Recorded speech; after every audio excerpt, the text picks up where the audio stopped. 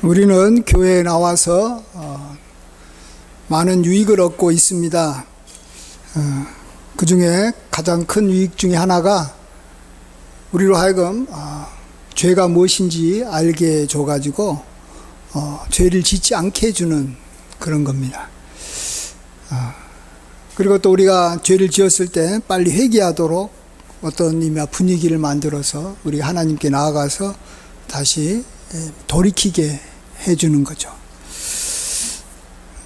그래서 우리가 교회에 나오면서 우리가 죄를 짓지 않게 됐을 때 우리가 정말 교회의 큰 유익을 우리가 누리며 사는 겁니다.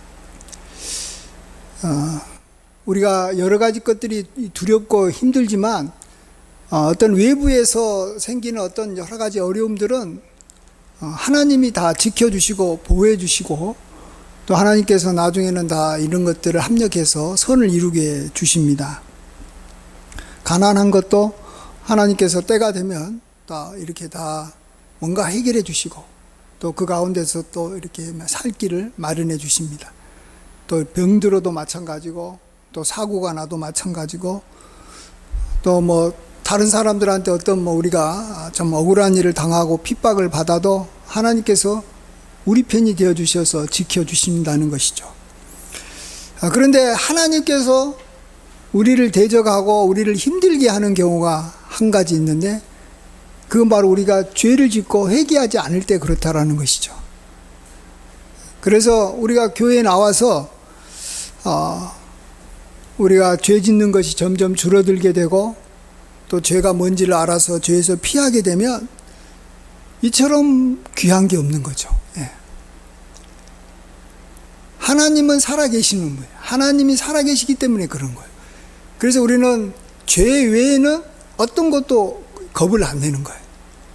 우리가 뭐 죽는 것도 겁을 안 내고 뭐 병든 것도 겁을 안 내고 그렇지만은 우리는 죄에 대해서만큼은 우리가 굉장히 겁을 내는 거예요. 죄에 대해서만큼 우리가 벌벌 떨어야 되는 거예요.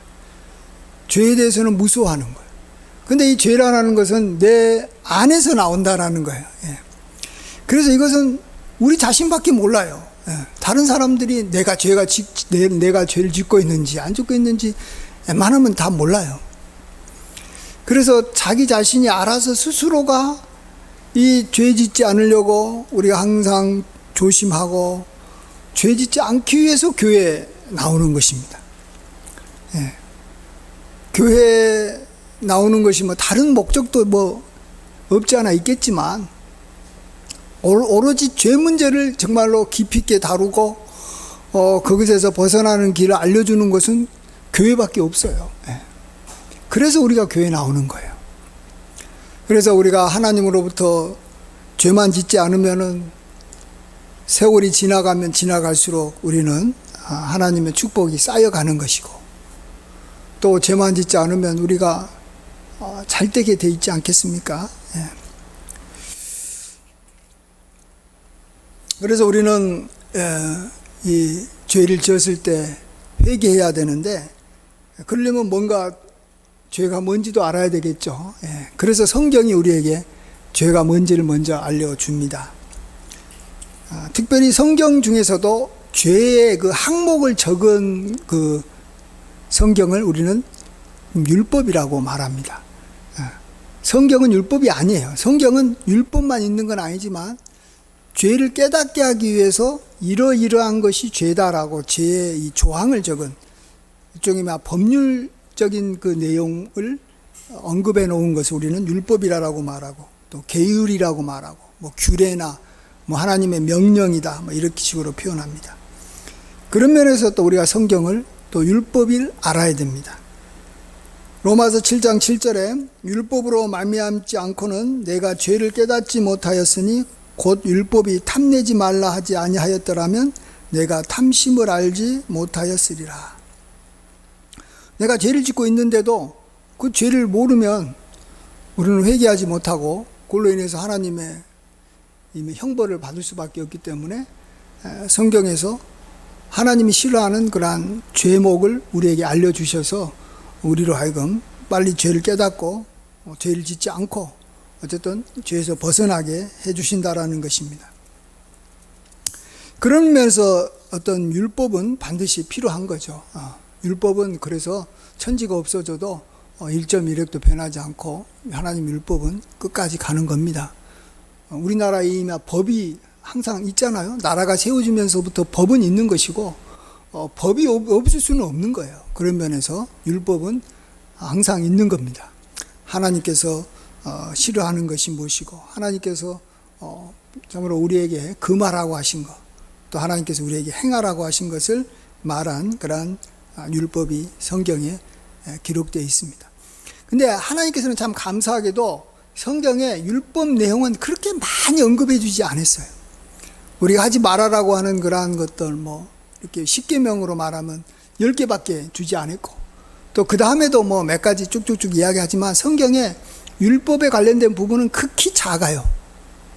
그게 굉장히 중요함에도 불구하고 굉장히 작습니다. 그건 우리로 하여금 너무 많은 짐을 하나님께서 이렇게 지지 않게 해 주시려고, 우리가 너무 법이 많고 법이 막 이렇게 자세하고 까다로우면 사람들 살기 힘들잖아요. 요즘에도 막 법들을 막 국회에서 계속 막 만들어 내버리면 처음에는 악인들이 이렇게 벌을 받아서 좋을 것 같아도 나중에는 나의 삶 자체가 법에 매여가지고 꼼짝달싹 못하고 정말로 힘들어지는 거죠. 그리고 나도 그게 언젠가는 걸려들 수가 있는 거죠. 성경은 그 대신 뭘 많이 말하냐면 죄를 우리가 짓지 않고, 성경에 나와 있는 율법에 나와 있는 죄를 짓지 않고 우리가 정말 하나님께서 기뻐하는 삶을 살게 하기 위해서 성경에 제일 많이 언급된 부분이 무엇인지 아십니까? 그것은 하나님이 누구신가를 알려주시는 거예요. 하나님이 어떤 분이시다, 하나님이 어떠한 모습을 우리에게 이렇게 행하여 주셨다, 하나님께서 우리에게 베풀어 주신 은혜가 어떤 것이다. 어쨌든 하나님에 대한 이야기, 그게 성경이에요. 그게 거의 90% 이상이 하나님이 누구신가에 대해서 이야기해 주고 있습니다. 근데 이렇게 하나님에 대해서 이야기해 주신 이유를 알아야 돼요. 하나님이 누구신가를 여러 가지 모양으로 말해 주신 이유는 우리로 하여금 그걸 보고 죄 짓지 않기 위해서 하나님이 누구신가를 알려주신다는 걸 우리가 알아야 됩니다.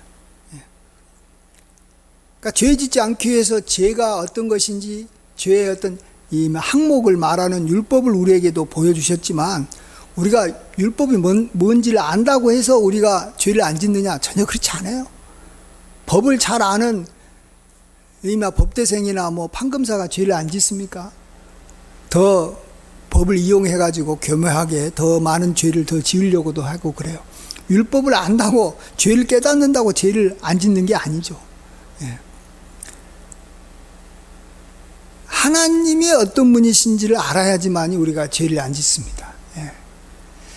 그래서 성경에서는 우리가 하나님을 힘써 알아라라고 말합니다. 호세아에서 이런 말씀이 있습니다. 우리가 여호와를 알자, 힘써 여호와를 알자. 그의 나타나심은 새벽빛같이 어김없나니 비와 같이 땅을 적시는 늦은 비와 같이 우리에게 임하시리라. 지금 죄 많이 짓고 있는 이스라엘 백성들에게 힘써 여호와를 알자. 그러면 죄 짓지 않기 때문에 그러는 거예요. 근데 어떤 하나님은 아냐? 일정하신 하나님, 성실하신 하나님, 새벽별같이 또 이른 비와 늦은 비와 같이 우리에게 인자를 베풀어 주시는, 비가 오면 얼마나 좋아요. 우리에게 자비를 베풀어 주시는 하나님을 알자라는 거예요. 자, 그럼 하나님은 알아서 어떻게 해요? 우리도 다른 사람들한테 일정하게 이른 비와 늦은 비와 같은 모습으로 다른 사람에게 나아가자라는 거예요. 다른 사람한테 해를 끼치지 말고 다른 사람한테 좀 도움이 되는 사람으로, 다른 사람한테 좀 뭔가 이익을 줄 수 있는 사람으로 좀 살자라는 거예요. 그렇게 되면 죄 안 짓잖아요. 죄라는 게 뭔데요? 여러 가지 정의가 있지만 죄라는 것은 해를 끼치는 거예요. 다른 사람한테 해를 끼치는 거. 또 하나님의 마음을 아프게 하는 거. 사람 앞에 해를 안 끼쳐도 하나님을 이렇게 힘들게 하는 거. 하나님을 이렇게 믿지 않고 사랑하지 않는 거. 이런 게 죄잖아요. 근데 하나님을 알고, 하나님이 어떤 분이신가를 알고 그 하나님을 사랑함으로 하나님처럼 우리가 닮아가려고 하면 우리는 죄를 벗어날 뿐만 아니라 정말로 수준 높은 어떤 율법 차원이 아니라 그 이상의 율법을 다 온전케 하고도 남는 그러한 삶을 우리가 살아갈 수 있기 때문에 우리가 하나님이 누구신가를 우리가 알아가는 것입니다. 다시 말씀드립니다만 하나님을 알아가는 목적은 우리가 죄 짓지 않기 위해서 하나님을 알아간다는 것이죠. 그래서 하나님께서도 오늘 본문 말씀에 내가 거룩하니 너희도 거룩할지니라 이렇게 말씀하신 것이 그런 의미라고 생각합니다. 하나님이 어떠한 면에서 참 거룩하신가 우리가 자세하게 보고 난 다음에 하나님을 닮아가면 되는 거죠. 하나님이 이러이러한 거룩함을 나도 이렇게 행해야 되겠다. 이런 식으로 살아가면 우리는 정말 여기 법을 뛰어넘는 것이죠. 우리는 여기 나쁜 것을 안 하는 정도가 아니라 하나님께서 행하시는 좋은 것을 우리도 같이 이렇게 따라서 하다 보니까 죄는 우리하고 전혀 상관이 없게 되는 것이죠. 굉장히 수준 높은 삶을 살죠. 그렇죠? 우리가 이 죄 짓는 사람들의 특징이 뭡니까? 좋은 일을 안 해요. 다른 사람들에 대해서 선을 베풀거나 다른 사람들을 이렇게 칭찬하거나 다른 사람을 높이거나 다른 사람을 존중하거나 다른 사람에게 어떻게든지 도움이 되게 하기 위해서 노력하고 다른 사람을 존경하거나 이런 것들은 전혀 안 해요. 그렇죠? 죄 짓는 사람 특징은 반대 것만 하죠. 다른 사람을 힘들게 하거나 다른 사람을 어렵게 하거나 다른 사람을 막 욕되게 하거나 다른 사람을 무시하거나 다른 사람을 갖다가 막 이렇게 괴롭히는 일을 하죠. 그걸 죄라 그래요. 그래서 우리는 아예 그냥 율법 차원에서 더 한 단계 더 이렇게 높아져서 하나님을 알아서 하나님의 거룩하심을 내가 닮아가야 되겠다 하는 마음으로 하나님을 열심히 알고 그 하나님을 닮아가면 뭐 죄와 상관없이 우리가 살게 되고 나아가서 우리는 하나님을 닮아감으로 말미암아 하나님과 사람한테 더 사랑도 받고 하나님은 축복도 받고 우리 삶도 길이 열리고 이래서 우리가 복되게 살아가는 줄 믿습니다. 저희 교회는 요즘에 새벽 기도회 때 요한계시록을 이렇게 강의하고 있는데요. 요한계시록은 뭐 복잡하다라고 말하고 막 어떤 이 핍박 시대 때 그 핍박을 어떻게 견뎌야 되는가 하는 그런 것들을 다루고 또 뭐 이렇게 상징적인 용어가 많아서 참 어렵지만 결국은 요한계시록에서는 죄 짓지 말기 위해서 죄 안 짓게 하기 위해서 요한계시록을 쓴 거예요. 그 당시 사람들이 어떤 핍박을 받을 때 나를 핍박한 사람들을 막 미워하거나 막 핍박을 너무 두려워하게 되면 그게 또 죄가 되잖아요. 우리가 핍박을 받는 것보다 더 무서운 게 뭐냐 그러면 나를 핍박하는 사람을 내가 저주하고 미워하고 막 그들을 막 이렇게 죽이려고 나도 보복하려고 하는 거 그게 죄잖아요. 다른 사람에게 어떤 해를 끼치게 하는 거니까 나도 해를 받으면 그 사람이 나에게 죄 짓는 거지만 해를 받았던 내가 그것에 대한 보복으로 다른 사람에게 해를 끼치려고 하면 그게 또 죄가 돼버리는 거예요. 그게 더 무서운 거죠. 그럴 때 요한계시록은 우리로 하여금 어쨌든 죄 짓지 않게 하기 위해서 제일 먼저 하시는 게 뭐냐 그러면 하나님이 어떤 분이신지 우리 구주 예수님이 어떤 분이신지 그 예수님에 대한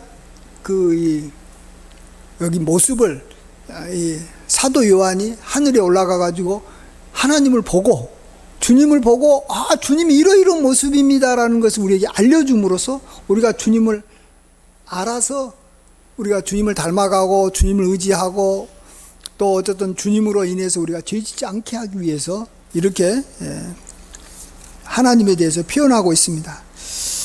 하나님을 아는 것이 중요하니까 제가 요한계시록 1장에 나와 있는 하나님의 표현에 대해서 몇 가지 제가 한번 읽어드리겠습니다. 이제도 계시고 전에도 계셨고 장차 오실 이와 또 그의 보좌 앞에 있는 7 영과 또 충성된 증인으로 죽은 자 가운데서 다시 먼저 나시고 세상 임금들의 머리가 되신 예수 그리스도. 하나님이 어떤 분이시냐?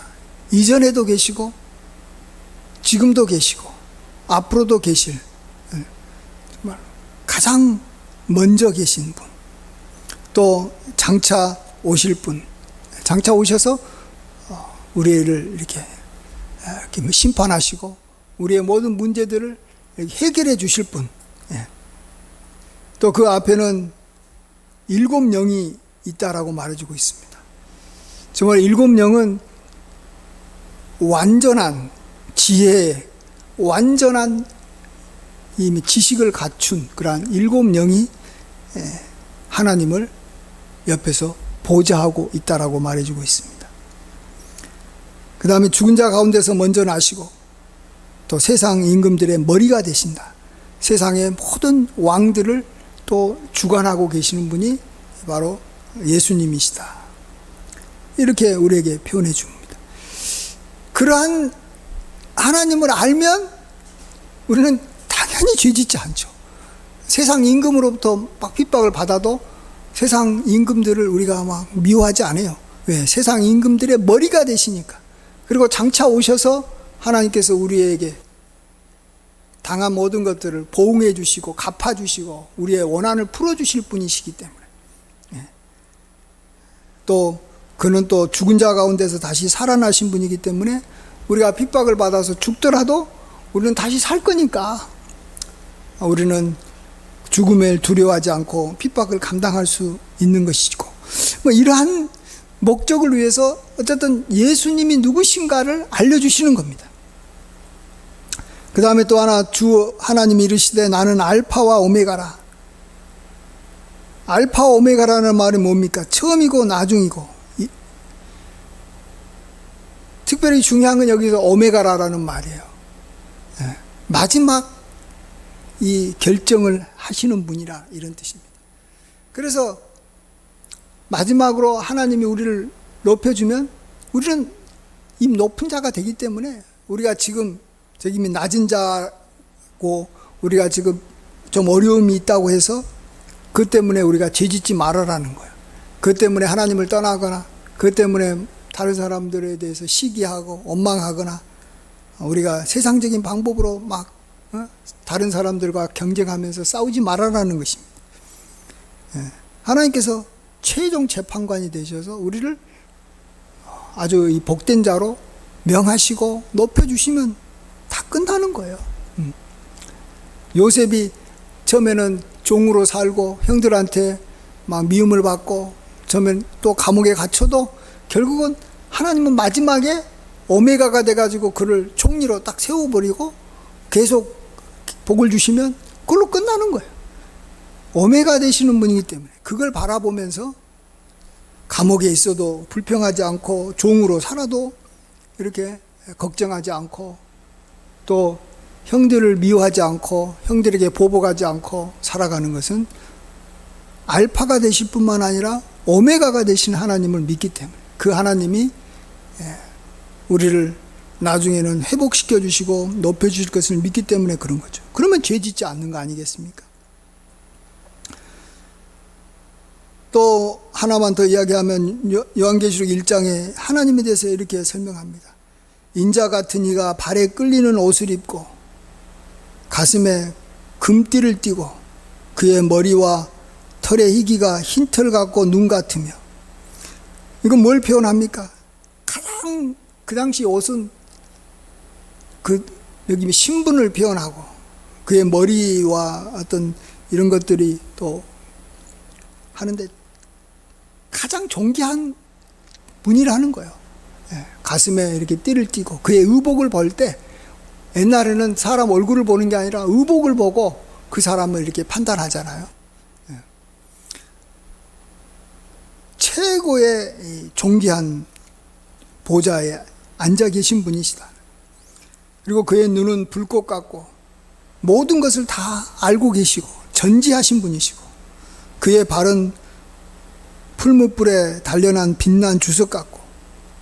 제가 이것도 한번 전에 새벽기도 때 이야기했는데 이 주석은 무거운 이미 금속입니다.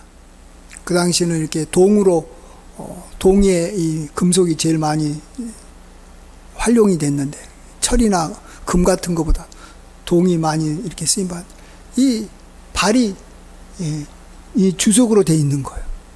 이 발로 대적을 밟아버리는 것이. 정말로 여기 심판하신다라는 거예요.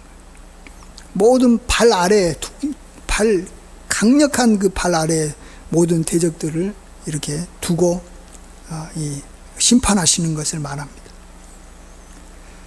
또 그의 손에는 7별이 있고, 7별. 별이라는 것은 사자, 이렇게 천사를 말하는데, 하나님께서는 그의 손으로 이렇게 움직일 수 있는 그 천사들이 있다라는 거예요. 강력한 천사. 그 천사 한 명만 갖고도 뭐 요즘 표현으로 말하면 그냥 지구를 이렇게 멸해버릴 수도 있고, 옛날에는 막 군인들 막 36만 명을 한꺼번에 죽일 수도 있고, 예루살렘에 전염병이 일으켜 나가지고 뭐 예루살렘 사람들 다 멸할 수도 있는 이 천사를 부리는 분이 바로 하나님이시다. 또 이렇게 바람을 이렇게 움직이는 이 천사가 있어가지고, 어느 지역에는 이 바람이 안 불어서 가물어서 그 지역을 다 이렇게 멸할 수도 있고, 또 어느 지역에는 비를 보내줘가지고 이렇게 풍성하게 살게 하시는 그러한 이 천사들을, 바람을 주관하는 천사를 마음껏 부리시는 하나님. 그러니까 못할 것이 없으신 분이라는 걸 표현하는 방법이라고 볼 수 있겠습니다. 또 그의 입에는 좌우의 날선 검이 나오고, 정말 공의로운 하나님의 임한 말씀으로 사람들을 이렇게 심판하신다. 공의로 심판하시고, 그의 얼굴은 해가 힘있게 비치는 것 같더라. 해가 힘있게 비쳐서 너무 사람들이 우러러 볼 수가 없어요. 우리 해는 해를 쳐다볼 수 없는 것처럼 우리가 하나님을 볼 수 없다라는 거예요. 그만큼 하나님은 존귀하신 분이시다. 우리가 이제 이런 하나님을 우리가 알아가면 자연스럽게 죄는 그냥 사라지는 겁니다. 그래서 우리가 기도할 때, 제가 여러분한테 이제 한 가지 좀 권면하고 싶은 것은, 우리가 기도할 때 이러한 하나님의 모습을 우리가 좀 같이 이렇게 고백하는 것을 우리가 찬양이라고 합니다. 이게 찬양이에요. 그래서 하나님은 정말 높으신 분이십니다. 하나님은 죽은 자 가운데서 다시 살아나신 생명의 주이십니다. 하나님은 정말 모든 사람을 심판하시고 하나님께서 모든 걸 이렇게 다스리시는 만왕의 왕이십니다. 이런 내용으로 기도할 때 꼭 하나님이 누구신가에 대해서 하나님을 찬양하는 시간을 좀 가지시고, 그 다음에 내가 간구해야 될 그런 간구 제목, 우리 기도 필요한 것들을 가지고 기도하시면 좋습니다. 왜냐하면 우리가 하나님을 알아서 죄 짓지 않아야지만이 그 다음에 우리가 하나님 앞에 간구하는 그러한 기도 제목을 하나님께서 또 빨리 들어주시고 또 응답이 빠르지 않겠어요? 그래서 우리는 하나님을 찬양하고, 또 우리가 뭐 그러면서 또 뭐 잘못한 죄가 생각나면 또 자백하는 시간을 갖고, 그러다가 이제 우리 하나님 앞에 우리의 기도 제목을 이렇게 간구하면 우리가 하나님을 늘 알아가면서 우리가 죄에서 벗어나면서 정말 하나님께서 주시는 그러한 귀한 축복들만 우리가 받아 누리게 되는 줄 믿습니다. 그래서 우리는 하나님을 알아나가야 됩니다. 하나님을 알아나가는 목적이 뭐라고요? 죄 짓지 않고 하나님을 닮아가기 위해서, 하나님을 붙잡기 위해서, 하나님을 의지하기 위해서. 하나님을 의지하면 죄 짓지 않아요. 근데 하나님을 붙잡지 않고 내가 너무 벌벌벌 떨면 죄 짓는 거예요. 우리가 이제 예를 들어서 경제적으로 너무 막 힘들잖아요? 그러면 하나님 믿는 사람은 일용할 양식을 하나님께서 주신다는 걸 믿기 때문에 다른 사람의 것을 도둑질하지 않아요. 다른 사람이 돈 많이 갖고 있는 것 갖고 시기하지 않아요. 내가 돈 벌려고 어떤 이 불법적인 방법을 하지 않아요. 그래서 죄 안 짓는 거예요. 그렇잖아요? 그래서 우리가 하나님을 알아가면 죄 짓지 않게 돼 있어요.